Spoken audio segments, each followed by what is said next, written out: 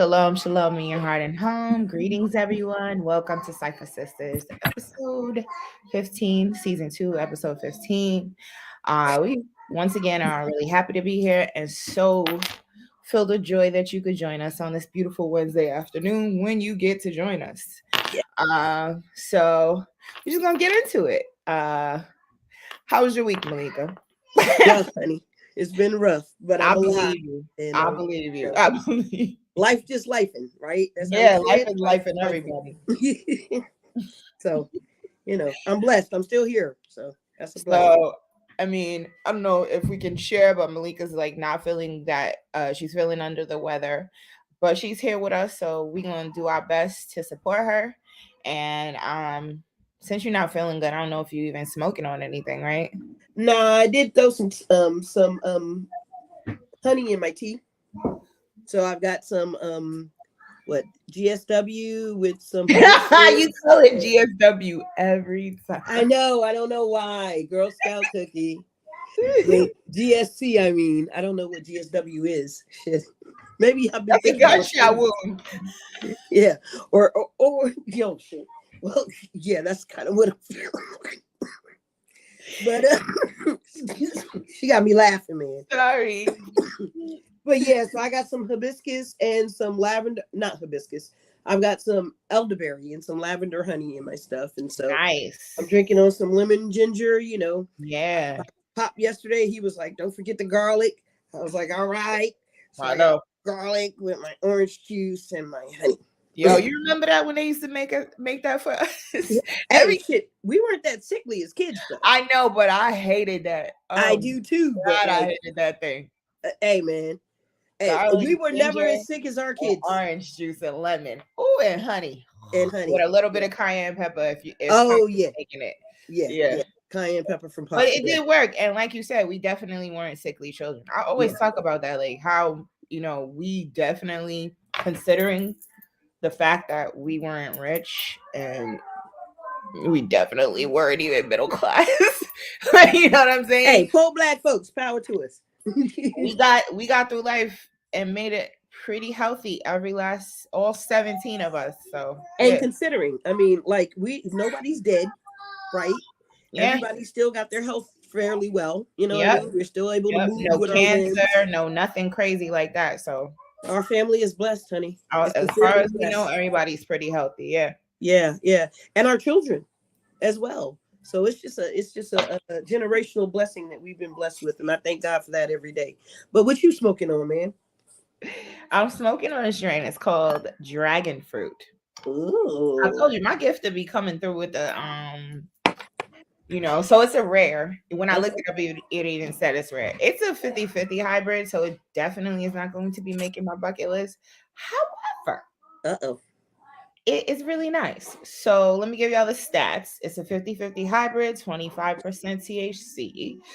It's a cross between Silver Haze. Let's see. Oh, sorry, because I wrote it down. I want to make sure I get y'all the info. Super Silver Haze and Snow Lotus.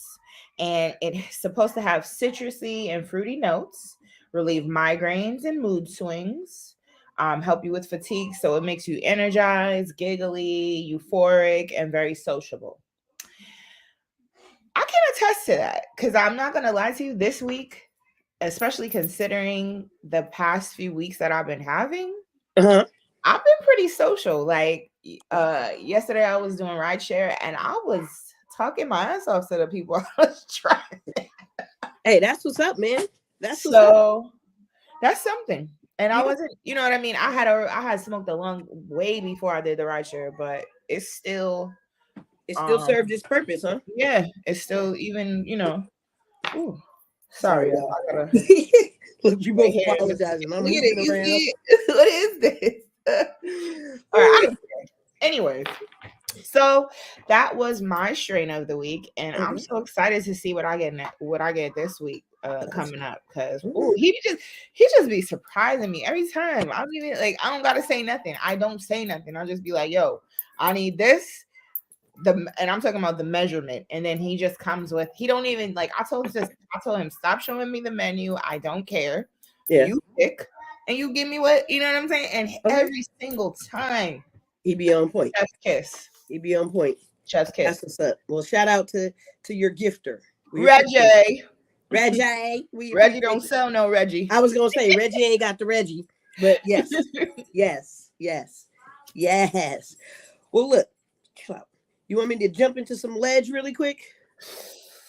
Yeah. All right. So in Washington, Governor Jay Inslee, or I may be butchering his name, so I apologize.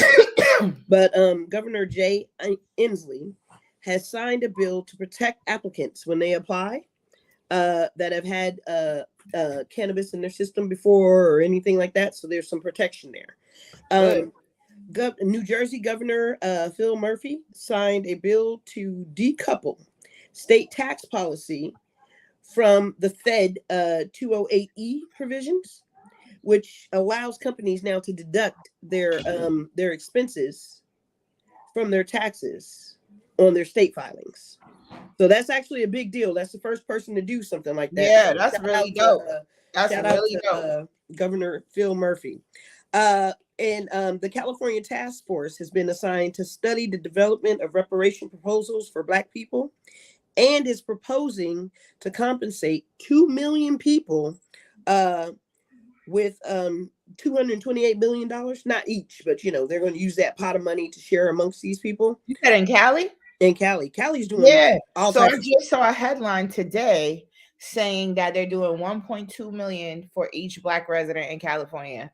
Yeah, the reparations project. I told Ye, I was like, I mean, shit, I still I need to move back home. You need to get there ASAP. But I'm sure they have like a residency limitation.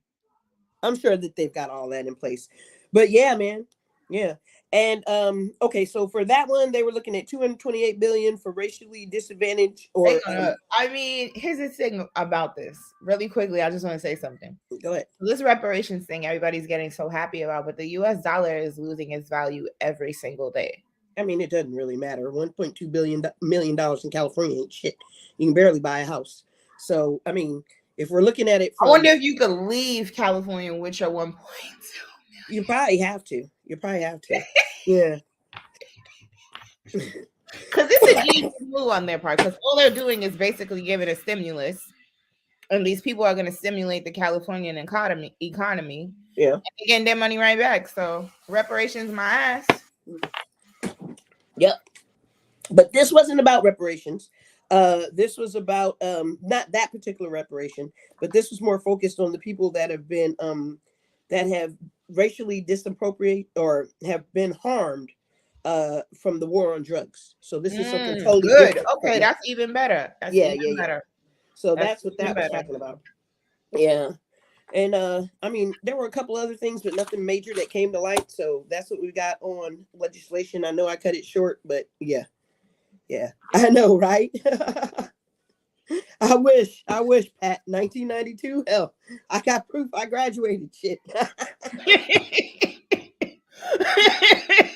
I was there. Y'all don't live there no more though, so sorry guys. Tonight, Ye about to come up, and she definitely wasn't there in 92. Yeah. But I think it'll be interesting. It's interesting how they're doing it, because they're just giving it to all Black people, is what I understand. Yeah, that live, all Black residents of California. That live in California. And it doesn't make sense. Yeah, it's gonna be chaos. Yeah. Because the Wahites are going to be very angry. I'm not talking about like your Hollywood Wahites. I'm talking about your Wahites that live in the racist parts. Yeah, I mean, they probably will, but like, it won't be. See, here's my question, right? So if you get it from California, and then you've been in your slave history dates back to, I don't know, freaking South Carolina, like mine does, right? Is like South Carolina not going to give me shit now? You know what I'm saying?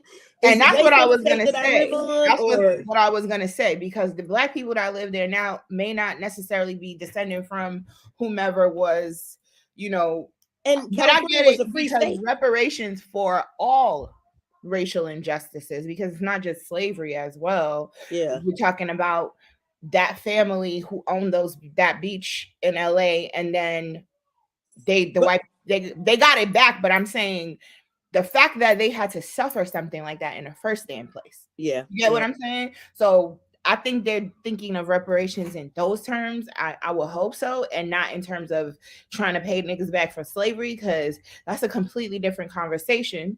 Well, and you think about it, California was a free state. It was never And a that's slave what I state. was also gonna say. Yeah. That's what I was also gonna say. Yeah. Because I know that a lot, people when they ran away, they definitely ran to the west and north, like up Canada. Like, what about those folks? Yeah. The bottom line is the whole world owes reparations to Black people. If you want to keep it a bean, it's not just America, because Haitian people, West Indian people, who are they going to get their reparations from? Haiti paid France for their freedom. Yeah. Hundreds of millions of dollars. They should get that money back from France. Is France going to give Haiti back that money? Run that money and run their white asses up out of Haiti? Is America going to give Haiti back the gold that they have mined out of Haiti since their U.S. embargo? No. So I don't really care about this. I mean, it's cute and kitschy. You know what I'm saying? Because that's really all it is. Cute and kitschy. It's a cute try, California. It's a cute try, but it's a water drop in the barrel. Okay, that is the reparations that's owed to us as a people. Cut it out. Like, I wouldn't even say it's a dewdrop. Like, it might get caught in the barrel, okay? Because like what people who are descendant from those people who lived during the riots and you know what I'm saying, when California was being developed, a lot of those people done moved out of California. Are they gonna get any reparations? You know what I'm saying? Like, how are you gonna do that responsibly? Like, I don't know. Mm-mm.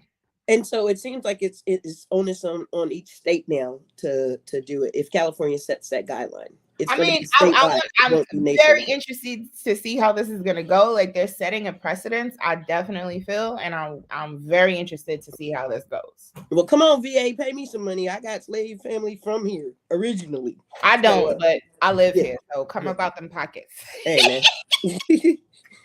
I can trace my ancestors back here. I need my money. Unfortunately, I am a first generation American.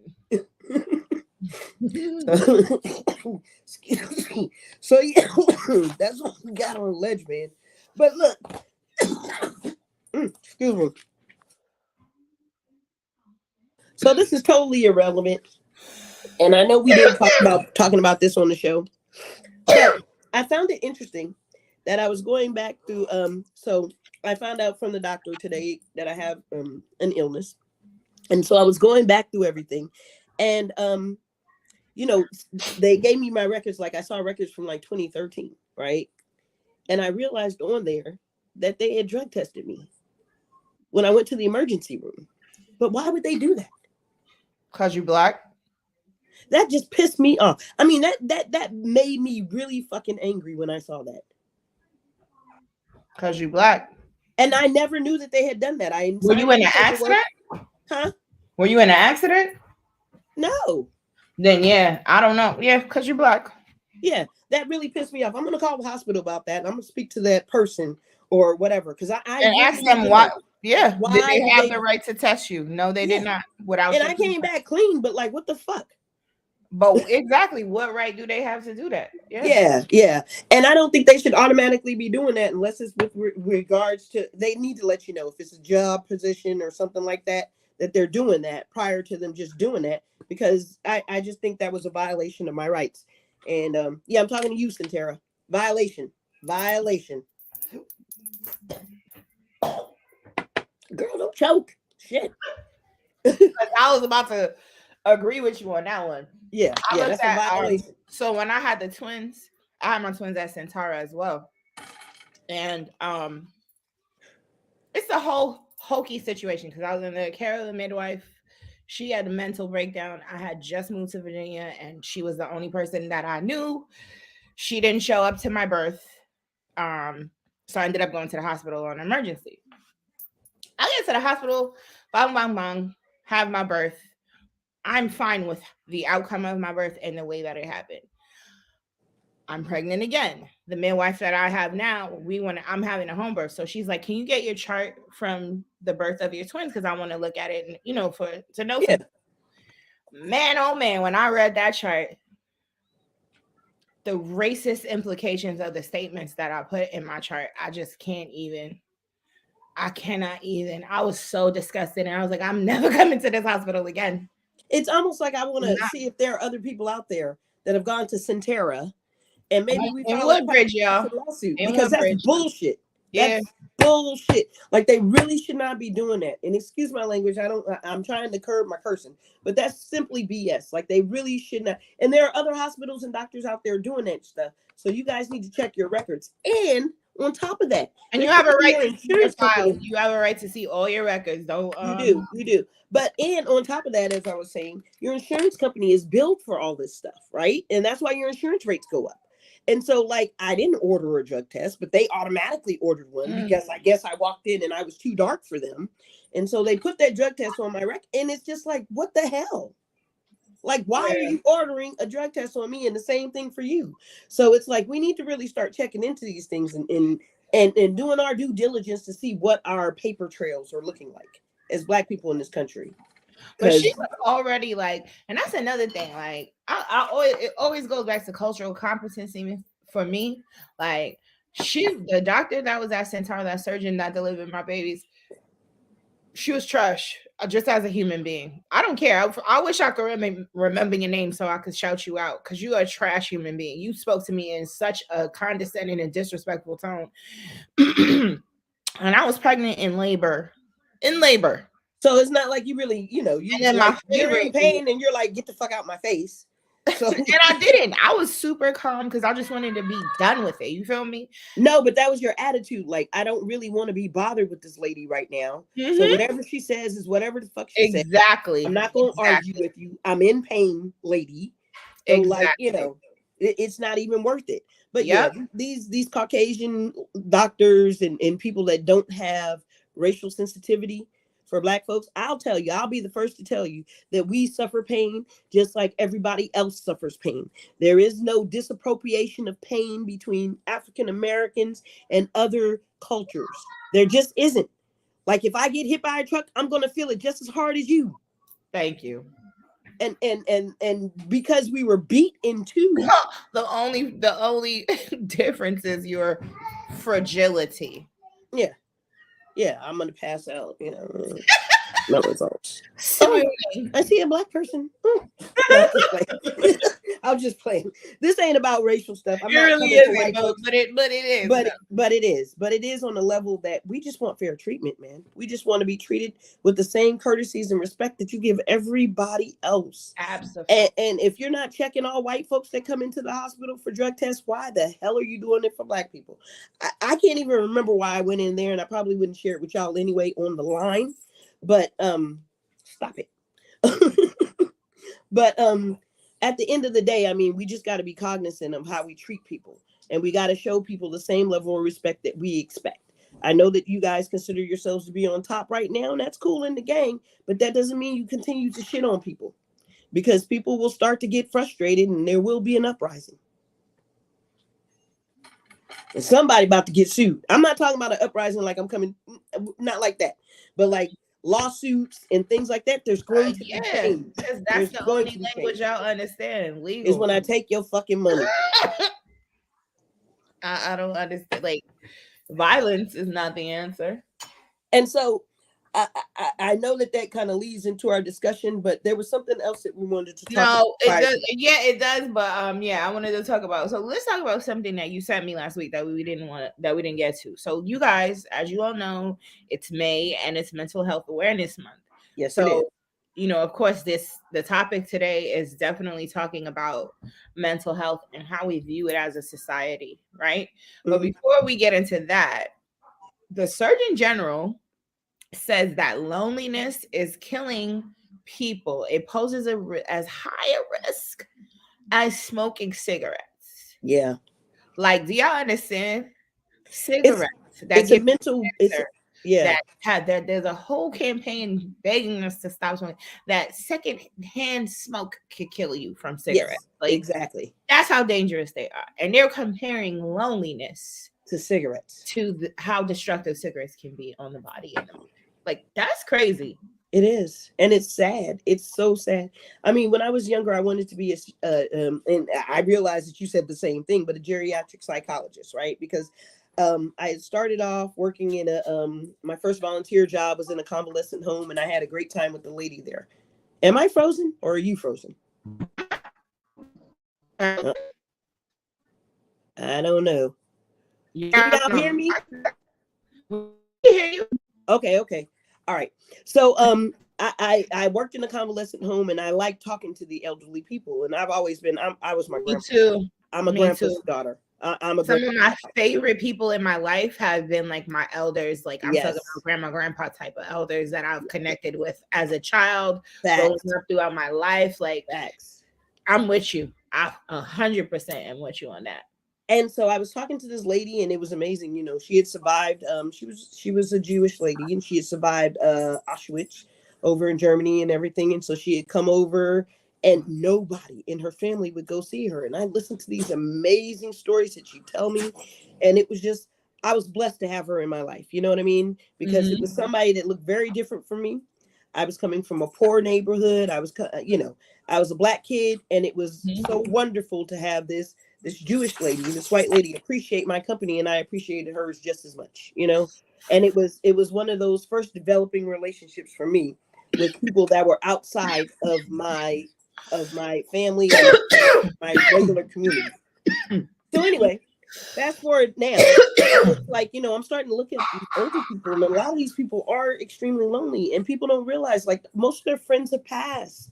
The activities that they remember past. I was watching something last night, and it was funny because it was like this guy was naming all the shit that he was here for that got created, right?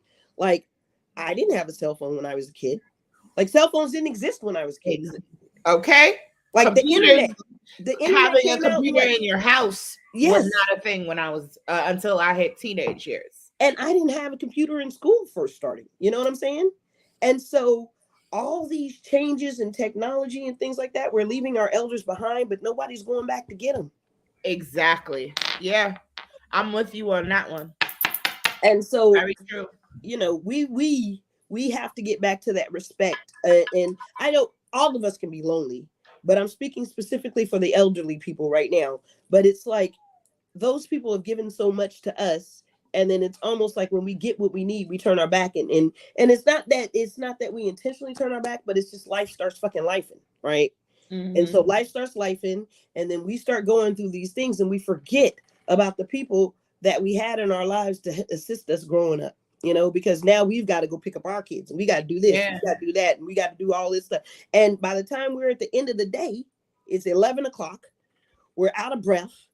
The whole day is past, and it's just too disrespectful and too late to call somebody. Yeah, it really is. But we've got to figure out how to do that. We got to get back into the lives of our people, and we got to start reaching out and checking out on our friends and things like that.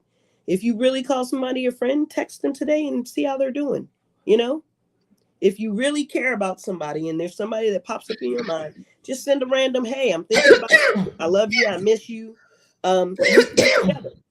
But you've got to start rebuilding those connections, because I think personally, social media has ruined that for everybody. Exactly. And I was going to say that because I feel like because we talk to people, like, highs and liking pages and sending people videos, we feel like that's us connecting to one another, but that's not really connection. You feel me? That's mad superficial. So it's a superficial type of connection. So you think you're connecting, but you don't even recognize the loneliness on your own side. You know what I'm saying? Like, and I feel like that's what the problem is. We don't know how to even recognize our own loneliness because we're so stimulated. You know what I'm saying? We're overstimulated. Exactly. There's just too much happening.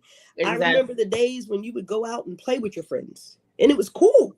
You'd be out there all day, and your mom be like, "Come back in when the lights come on." You like, I gotta go. That's how it still is for my kids. But a lot of kids aren't like that. I'd be like, go outside and play. Yeah.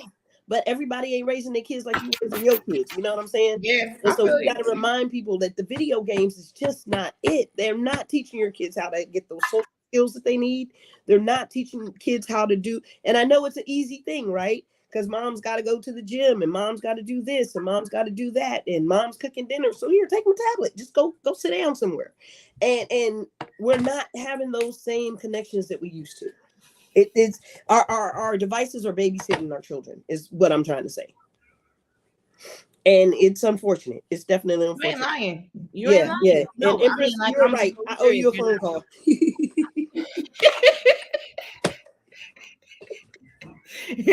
I don't know if that was directed over here, but I owe you one, babe. I owe you one. It goes for everybody. We take each other for granted, especially in this age of Facebook and Instagram and all of these things where we superficially see one another. So we think we know what's going on in each other's lives, but we really don't know. It's a curated presentation.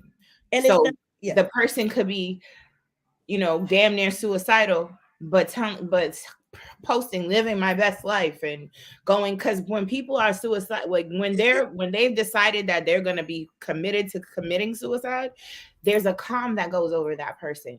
They give away their stuff. They way more happy. Hey, let's go hang out, Kiki, because they already planned it. They know what date they doing that shit. You don't know, right? Then that friend turns up. Oh, they killed themselves.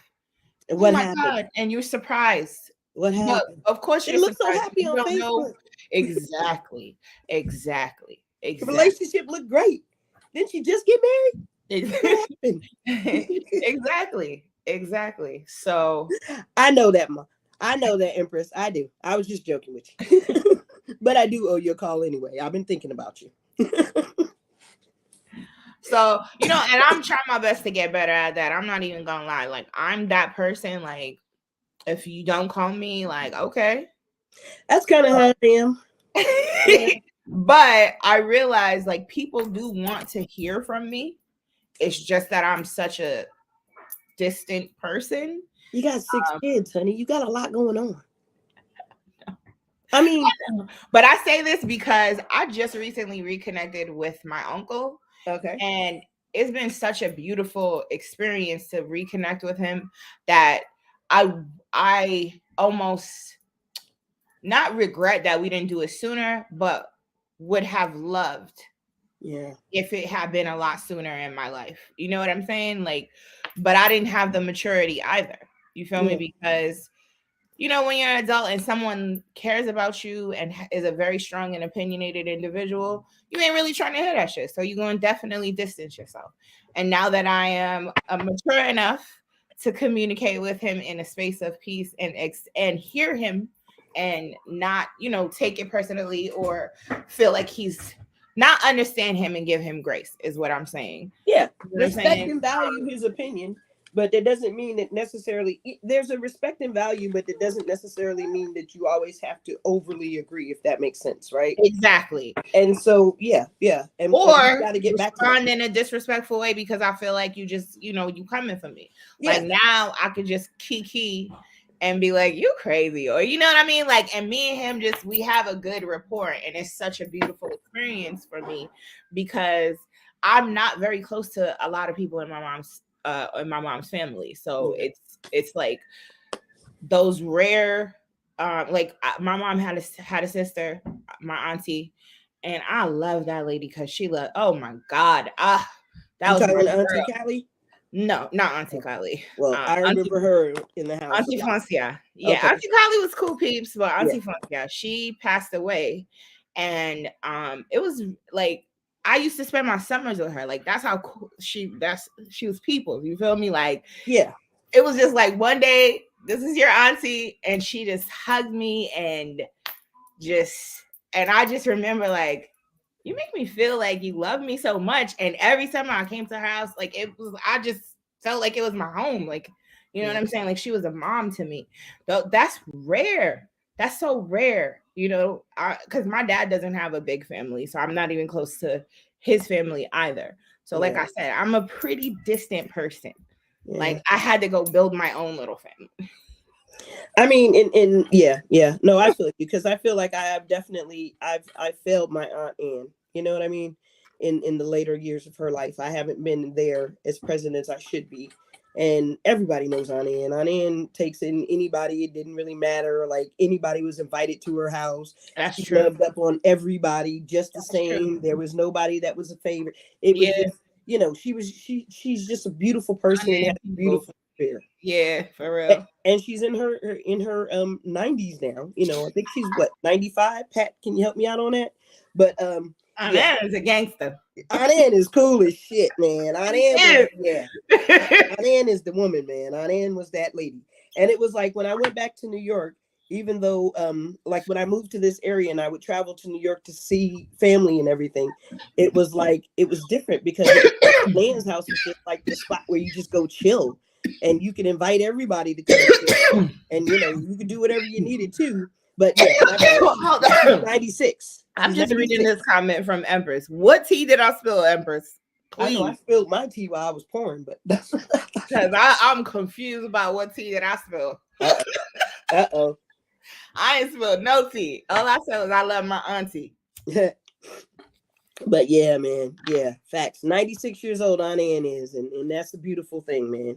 That is beautiful. That is beautiful. It's called dragon fruit. Yeah, it's got her over here a good time. I love those pics. You see those? I can't even see him. Oh, you can't see it in her profile. Oh, profile? No. Cool. I'm blind. I wear glasses. But but yeah, Aunt Ann, I owe you a phone call. I owe you a visit, and I'm gonna make that happen before you missed that part. Yeah. Hi, Kizzy. Thank you for coming. Hey, Kizzy. How are you doing, darling? And yes, for real. God bless for Aunt Ann. That's a blessing when you get to go past a certain age in life. That's all the grace of the Most High. So I think Aunt Ann's gonna be on the news. If she's still living in New York, they're gonna be like, the oldest woman in America is blah blah blah. I ain't gonna give her whole name, but Ann such and such. And yeah, man, I wish Aunt Ann would be on an episode of the show. I should call her and see. Yeah, we'll see.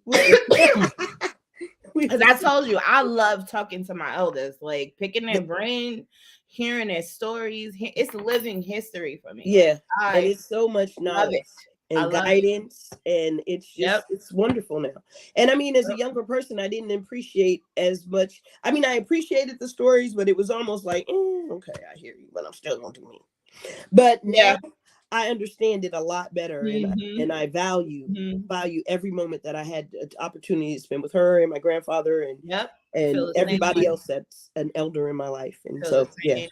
It is. So that was just a little. Hey, Black Kingsman. Hey, Black Kingsman. Shalom. Thank you for coming through. So before we get into the most serious topic, I just wanted to kiki about did you see the video of Genuine that's going around where he busts his ass? Yeah, but I bring this up only because I really appreciate his commitment to his professionalism as an artist. He kept singing. Did nobody notice that? So I saw the link for it, and I ain't gonna front. I saw him fall, and then I was like, "Damn, that's kind of fucked up." I kept going. So he kept singing. I said, "Yes, now that's a man that know how to put on a show. The show must go on." Okay, that's a man that has to put on the show because this broke ass must go on. Oh, I feel so bad for that man.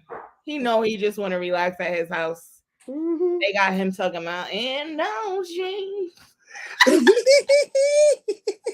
ponying it up. Oh my God. I'm sorry to do this just before we start to be serious again. Did you get the playlist video of Smokey Robinson's album that I sent you? I didn't. Where'd you send it? You know I don't be on social media that much, man. Oh my God. Instagram me. I sent it. Then I'm gonna have to text you, girl. I gotta read the song list real quick. No, I'll save that for another day. We gotta be serious. No, go do it. Since you no. You can't tease us and then run. Because I don't even remember where it was. So at the beginning of next week's show, I'm definitely give the song list. That Smokey song list. Y'all. And then we gonna listen to a little bit of the album because, which we don't own the rights to. Of course not, but we do have the ability to listen. No, you said a little bit. Yeah. Nah, but Smokey's on point, man. I love Smokey. Smokey old ass still out there performing. He seemed like he's I heard some of the songs. It sounded like he really proud of his material. Let's put it like be. He should be. I mean, because he's wrote some amazing songs throughout the year. Agreed. Smokey's career. Cruising is one of my favorite songs in the in existence. Like I can hear that song and immediately it will take me immediately. Yeah. I may have to do that later. Cruising. Fly away. So we love to laugh and bring that spirit of joy, but we want to talk about something serious now. And forgive us. This is trigger warning. Because it's a traumatizing thing we're talking about. I want to talk about Jordan Neely. Yes. May he rest in peace. Yes. So find peace. I pray that he made peace with the Most High. And I pray that his family, who's definitely grieving, finds their peace and their justice. And just knows that justice does come from the Most High in the way that he wants it to come. But Jordan Neely was a subway performer in New York. Here we go. From the Bronx. And I don't want to watch the choking video, please. No, I'm not going to show the video, but this is the young man being assaulted. But he was choked for 15 minutes. Yeah, by a Marine, a trained soldier and killer. Yeah, because like Marines are trained killers. Okay, let's keep it a being. For 15 minutes. So he murdered him. We're not gonna play games and he murdered him in front of accidental. Exactly. Like he didn't care. And so, just to backtrack just a little bit, Jordan Neely came on and he was asking people, he was kind of aggressive with it, is what I heard. I don't know. I didn't see that part. But he was asking for food and drink. That's all he was asking for. And he said he's just tired of living in that. He was gonna unalive himself. He definitely talked about that. Yeah. So let's talk about this young man, right? Before we get upset, before we get in ire, we're going to talk about the young man, Jordan Neely, right? Because I've seen some posts going around.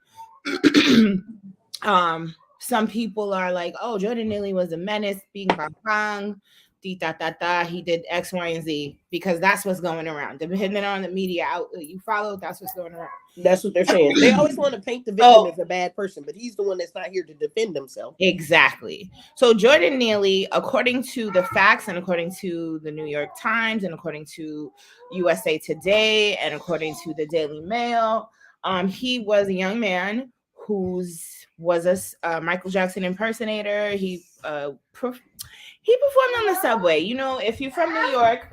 If you're from New York, you see these guys, these talented guys. New York is swimming with talented, amazing people. The subway is like TV. Yeah. You're gonna see a show all the time. It's a platform for them to play their part of the culture. Like, it's a part of the culture. Yeah, it's a platform for them. Before social media, people were performing in the subways. Exactly. Performing right before you get on the subway, you find like a horn player in the station on the train. When you get out of the train station, it's a part of the culture. It's a part of the norm. You expect to see someone. So let me put that there. So that speaks to why everybody was just kind of like, okay, we don't really see him. I'm not talking about the choking part. I'm talking about the part of just not really checking him in. Because like, all right, as an aside, many times I rode the train, there was this lady, right? And she was an Asian lady. And she was mentally ill.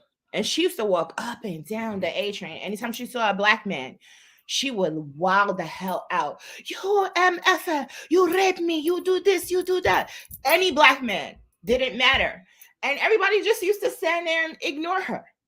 Who knows why she felt triggered by seeing a black man? We don't know that story. But the bottom line is that I bring this example up to show you how disconnected people are and how normal it is for someone who's mentally ill to be on the train and be having a mental moment and everybody just ignores them. Yeah, you got your headphones on. So I'm sure Jordan Neely definitely had occasions because one of the people were talking about how he had multiple arrests and was a menace in the city, but you get citations for disrupting the peace just for being a performer. So he could have easily have gotten these citations just from his performance side of it, right? Yeah. Then there's the side of this man clearly was in a state of mania or some type of mental situation. Like he had something going on with him mentally. Now, why would he have something going on with him? It could be the fact that his mother was murdered when he was 14 by her boyfriend. Yeah. Okay. There's a lot that goes into it. Could be the fact that he was consistently homeless. Yeah. Like it's hard in New York. I don't really think you say what you want about like, oh, people in New York have attitudes, bing bang bang, whatever. The mentality of a New Yorker is that way for a reason. And when it becomes too much, you snap. And you snap hard. There's a reason why there's terms like 730 in the G building. People from New York know what the fuck I'm talking about right now. Okay? You're getting committed, and it happens because it's like I said, it's a part of the culture. It's a part of the culture. So now we're gonna talk about why this transplant, because he's from West Islip. He thinks he's a New Yorker. They're trying to act like this guy's a New Yorker, but he's not from New York. What guy? What guy are you talking about? The white guy. The murderer? The Marine. Yes, the murderer. The murderer, who is a part of the new culture in New York, the transplant culture, the gentrification culture. All these people moving in don't know the culture. Don't understand the culture that already exists in a place that they came into and are now trying to police that culture, right? So this is what happens. This is another example of coming into spaces and policing it, because that was some vigilante bullshit. It was. That was some vigilante bullshit. Nobody asked you. That man could yell off the top of his lungs. I seen a video of a white lady like going ham on this man because he was just reading the Bible. This black man, because he was just reading the Bible. Nobody else cared if he was reading the Bible. She chose to stand in his face, spit, like her spit was getting on him. You know what I'm saying? And he just was standing there cool as a cucumber. Had he popped off on her, though, that would have been a whole complete, but he would have been within his rights to pop the hell off on her. As another note, I just want to say that. He would have been within his rights according to the legal definition. But because of this country and the racism that we experience, he would not have been in his rights, because they'd have arrested his ass as soon as it happened. They've arrested what's his name, Jonathan Majors. They already decided that they're going to prosecute this man. But this other guy has murdered a person. And they haven't made a determination if they're going to prosecute him or not. And that's the part that really, I mean, okay, look at it from another perspective, like George Floyd. Look how long it took for something to happen. But I'm tired of it. It was on video. This essentially an arm lynch and a leg lynch is the same thing for Jordan Neely. This is on video. They caught it. Arm lynch and a leg lynch. It's still the same thing, because you could have put him if you wanted to be Mr. Vigilante Marine, you're trained to know when you can stop because the person passed out. So you didn't have to kill him. He intentionally killed him. Thank you. It was premeditated murder. You're a trained killer. You should be in jail. I don't care. You're trained to know how and when someone dies. When you're a killer, when you're a trained killer, cut it out. Cut it out. He should be in that jail. And under a fucking jail. And there should be people in New York. There should be protests all over this country. There's protests going on in New York. Well, there need to be protests all over the country. People getting out and talking about this, because I'm tired of these people killing our babies. I'm sick of this shit. And I'm going to tell you, truth be told, like it could be my family member that got caught up in something like that. Right? Like, I'm just tired. They are killing our babies like it's just no big deal. That kid could have been committed. They could have detained him until they put him in an institution if that's what they thought he needed to do. But murdering him? Yeah. Murdering him. Agree. in the subway amongst a bunch of people who didn't give a fuck to try to help or say, hey, man, maybe that's too much. Nobody gave a fuck. Nobody cared. They watched this man die. I hope they have nightmares for the rest of their fucking lives. So I agree with you to an extent, but I want to say something that happens to you mentally, like when you're in a space like New York, right? How do I explain this to you? So much crazy shit happens in the spaces that you're in that you almost don't even know how to react sometimes. It's like what I was saying about the guy who was jerking off on a train versus me having the experience in the car. Yeah.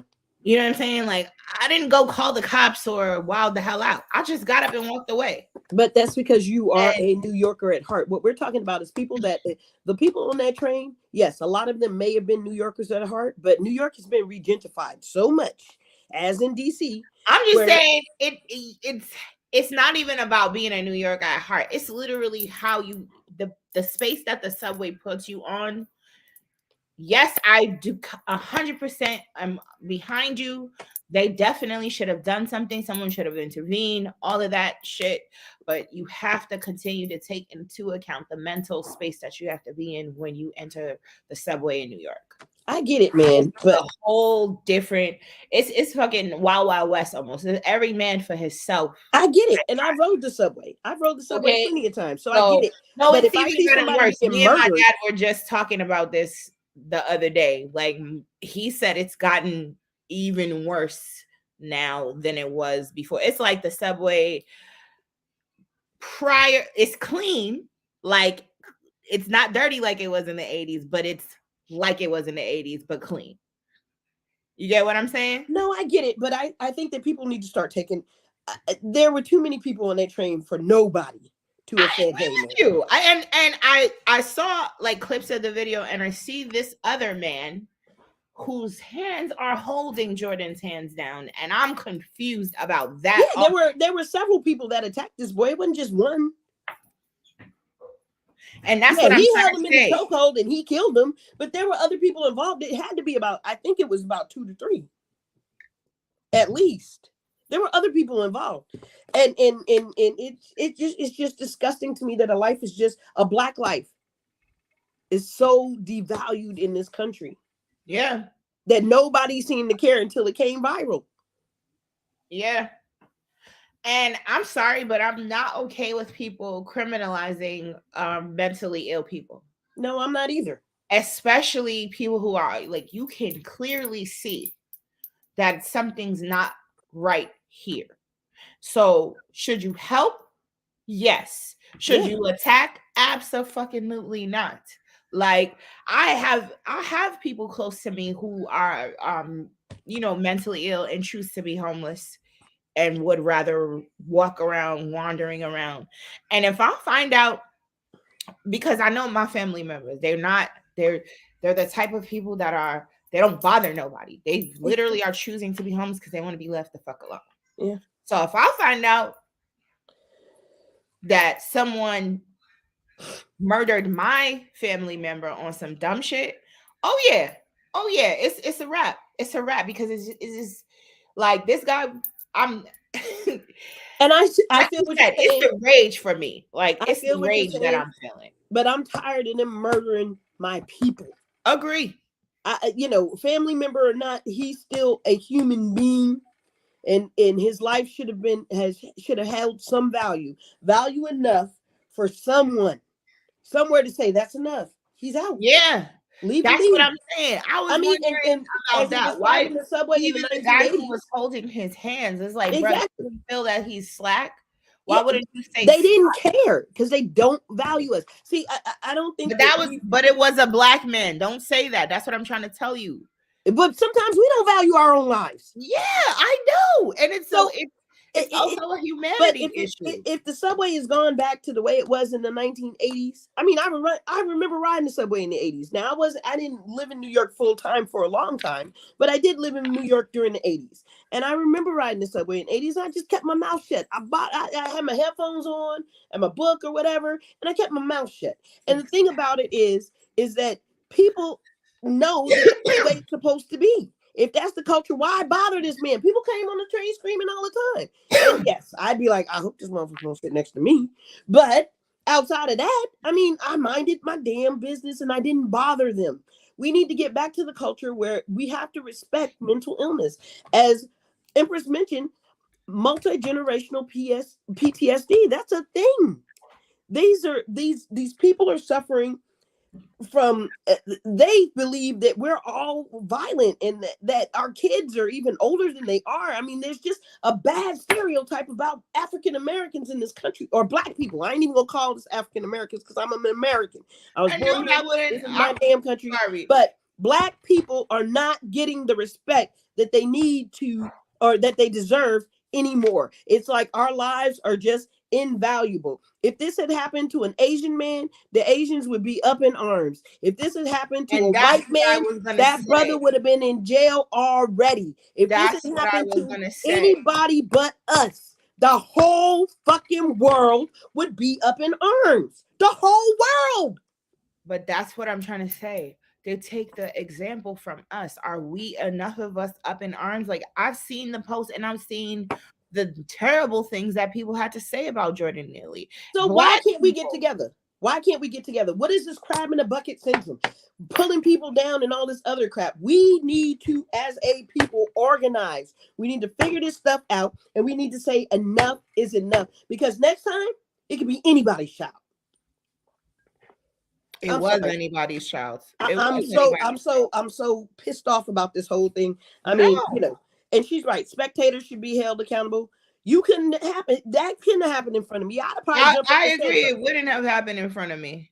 Well, hello, Bush. What's up? What up, Bush?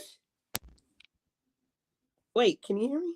He's on the screen. Did you come to join the show, or you just came to? Hey, my bad. What's up, y'all? Greetings. Hey. To the Cypha Sistas. What's up, man? I'm on my way to my next stop, and I was touched by what y'all was saying, and really it's interesting. But one thing we're not focused on is this instrument that was created by America. He was a military guy. You know what I mean? The military, they promote a lot of separatism. They promote elitism. They promote racism. All that shit. Now you got this military guy. You know what I mean? Looking at other people like a certain way. The people that he's paid to protect, the people that he was trained to protect. It's kind of crazy, you know what I mean?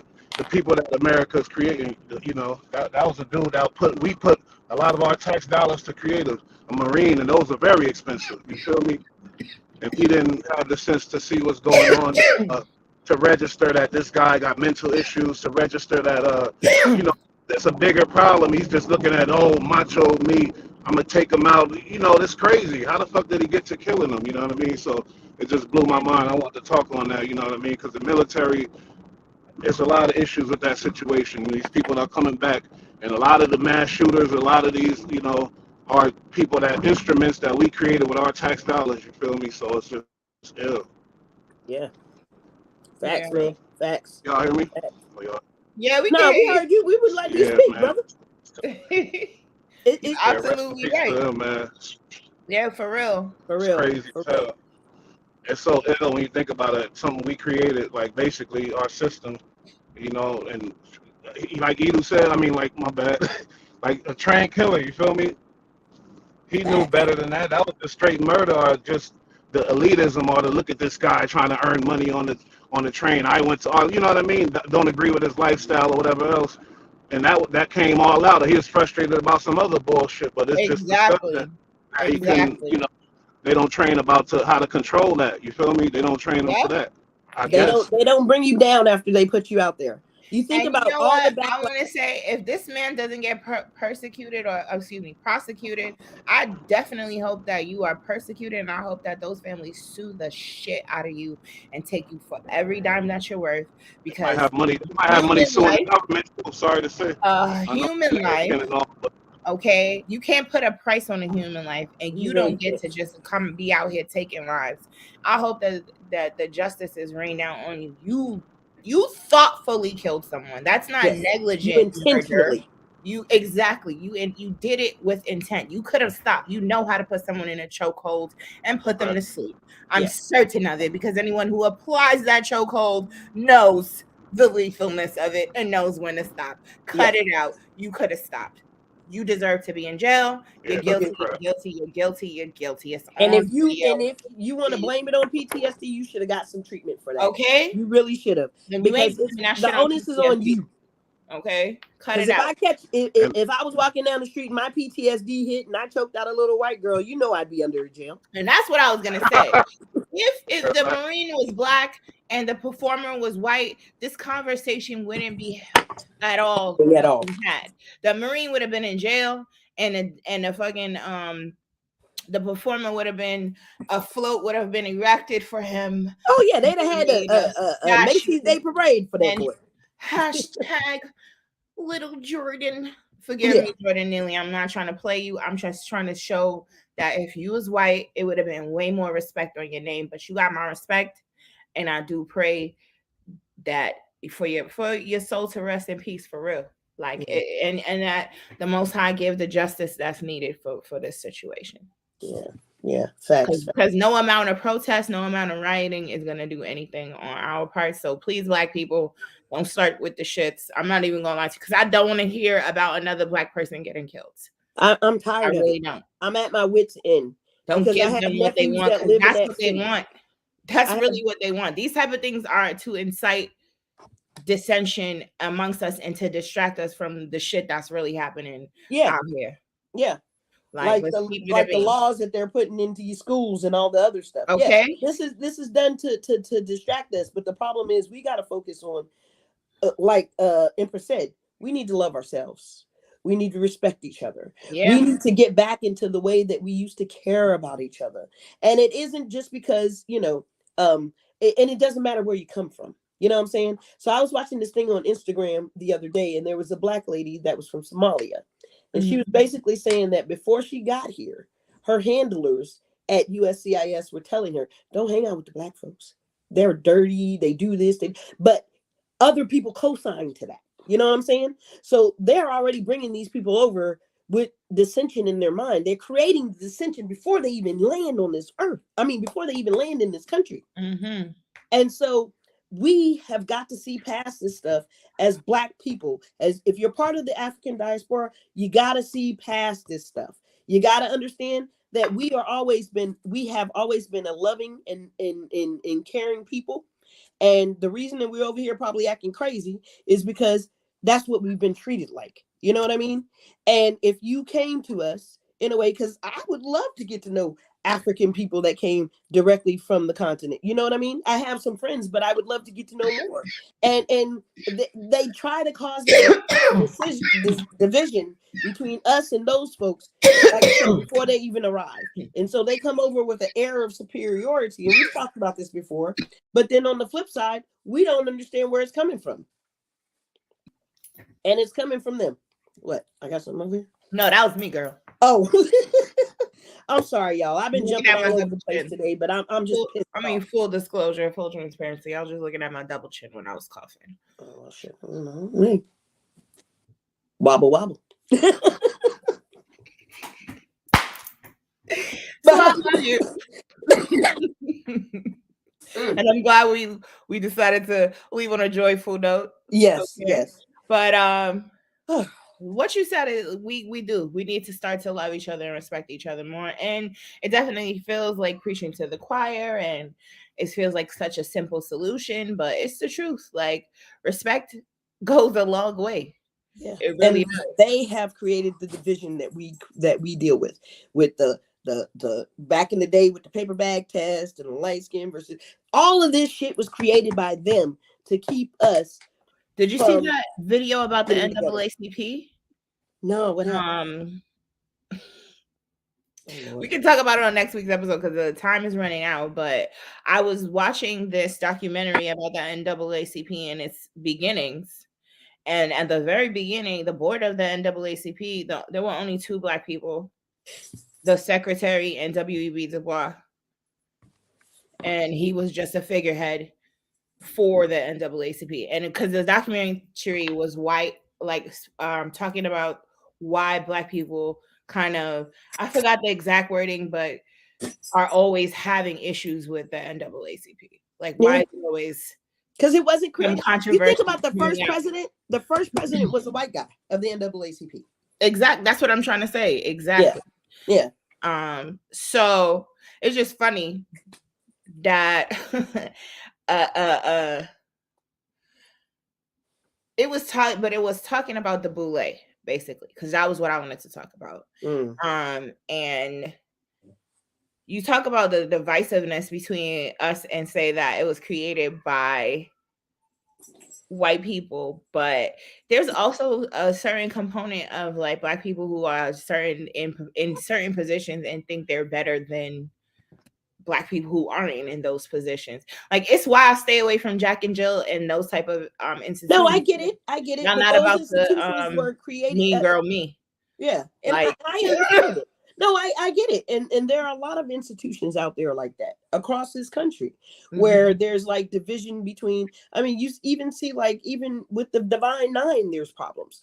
But at the end of the day, it's just we've got to get back to respecting and loving each other as the way we used to do it. You remember back in the days, you see another Black person and just be maybe two of you in the room, but you get a little nod. You know what I'm saying? Just like, I'm here for you. I got you if you need me.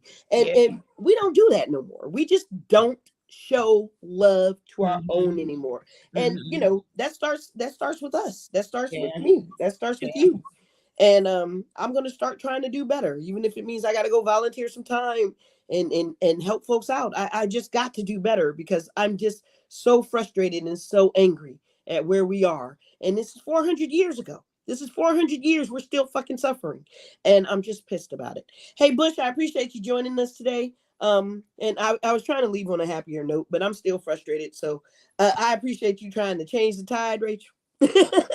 I mean, 400 years, absolutely. And only 200 plus years. Like, people try to act like, slavery and racism was such a long time ago. This country has only been a country for 200 and something years. Like, let's be real. Yes. And in its inception, it was there was slavery. And for over 100 years of its history, there was slavery. So come on and do some math. Like, when she was born, her grandparents were slaves. Her parents may have been. Okay, exactly. Her parents may have been slaves. Like, let's be real. It's not that far removed. So for people to really act like that, but that's the attitude. It's like, just get over it. It was so long ago. It's like, it wasn't. Fucking kidding me? In 1960, my grandmother couldn't ride on the front of the bus. In 1960, that was not that long ago. We're still in the 21st century. That was part of this century. Yeah.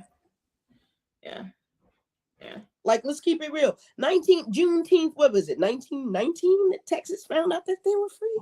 I may be misquoting the year, but yeah. They didn't find out for a minute. Yeah, that's true. They didn't. They found out way after. There was even that lady that was just found in 1965. They were still living on a plantation. And they made a movie about it. Yeah. Yeah. Anyway. And that's how fucked up. Okay? Think about that. That's how fucked up this country is. And we got to change it. Got to make change. Power are. Okay. Hey, don't get me started, because I always say this country was founded on criminals, thieves, and crazies. They didn't want to follow the rules in their own country, so they came here to break them here. And the Pilgrims were not leaving with the sanction of the king. They were running over here to evade. So they weren't. This was their last stop. Like, let's stop perpetrating the fraud on the history. This was their last freaking stop. So anyway. Yeah. We left that on a sour note, guys. Sorry y'all. Hey, but sometimes you gotta get angry. Sometimes you gotta get angry. And exactly. You know what my grandpa always used to say? You gotta take the bitter with the sweet. Or else how will you know when something's sweet? And I agree. Yeah. I agree. This is bitter as shit. It is. It absolutely is. But the sweet is that we're the light of this world and everybody follows us. So we need to figure out how to be a good light and not let we We need to get it together as a people. We be doing some ratchet ass shit. Okay. Yeah, we do, but I mean, consider the situations that we've been put in. If we were given, I mean, we can keep on saying that, but at the end of the day, like it's like when you say generational trauma, right? Yeah. At a certain point, someone in the generations got to take responsibility and say, no, this ends with me. The buck stops here. And that's all I'm saying. We can continue to say, and I'm not saying it in terms of, to in any way invalidate or take away from all of our collective experience as Black people. Oh no, you're right. But what I'm saying is we still could make better choices also. We could. We definitely could. And I'm gonna just leave it there. But we got to teach those people that there are better choices too. Agreed. There are people out there that are ignorant to know that there are better choices. Agreed. And so, you know. Yeah, guys.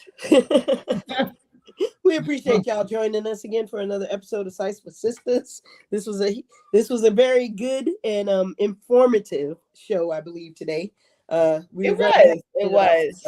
And may that brother rest in peace, and may their families find peace and find relief from their grief. Yeah.